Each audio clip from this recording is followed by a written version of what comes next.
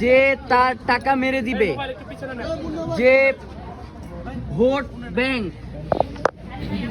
বাংলাদেশের যে অর্থনৈতিক ব্যাংকগুলো আছে যার মাধ্যমে অর্থনৈতিক চাকা সচল থাকে, এইগুলো যারা লুট করবে, যারা শেয়ার বাজার ধ্বংস করে সহস্র কোটি টাকার মালিক হবে, এই ইলেকশনে আমরা ইনকিলাব মঞ্চ এবং সাধারণ আপামর জনগণ আমরা তাদেরকে ভোট না দেওয়ার ব্যাপারে জনগণকে উদ্বুদ্ধ করব।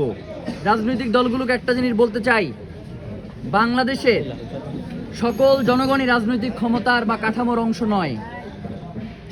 রাজনৈতিক কাঠামোর বাইরেও একটা গুরুত্বপূর্ণ অংশ, মোর দ্যান 60%, যারা কোনো কাঠামোর সাথে জড়িত না থেকেও যে কোনো গুরুত্বপূর্ণ সিদ্ধান্তে তারা অবদান রাখতে পারে। যদি আপনারা এখন পর্যন্ত এই ব্যাপারে কোনো গুরুত্বপূর্ণ পদক্ষেপ গ্রহণ না করেন, বাংলাদেশের জনগণ ঋণ খেলাপিদের সাথে সাথে আপনাদেরকেও নির্বাচনে লাল কার্ড দেখাবে। এবং দ্বৈত নাগরিকত্বের ব্যাপারেও আমাদের একই কথা, যে যেই বাংলাদেশে আপনি বসবাস করছেন, যেই বাংলাদেশে আপনি আগামী দিনে ক্ষমতায় আসবেন, সেই বাংলাদেশের জন্য বিদেশের নাগরিকত্ব ত্যাগ করতে আপনার এত সমস্যা কোথায়? আপনার যদি বাংলাদেশের মানুষের জন্য হৃদয় পড়ি, ওই নাগরিকত্ব ত্যাগ করেই বাংলাদেশের মানুষের পাশে আইসা দাঁড়ান। এত সমস্যাটা কোথায় আমরা জানতে চাই।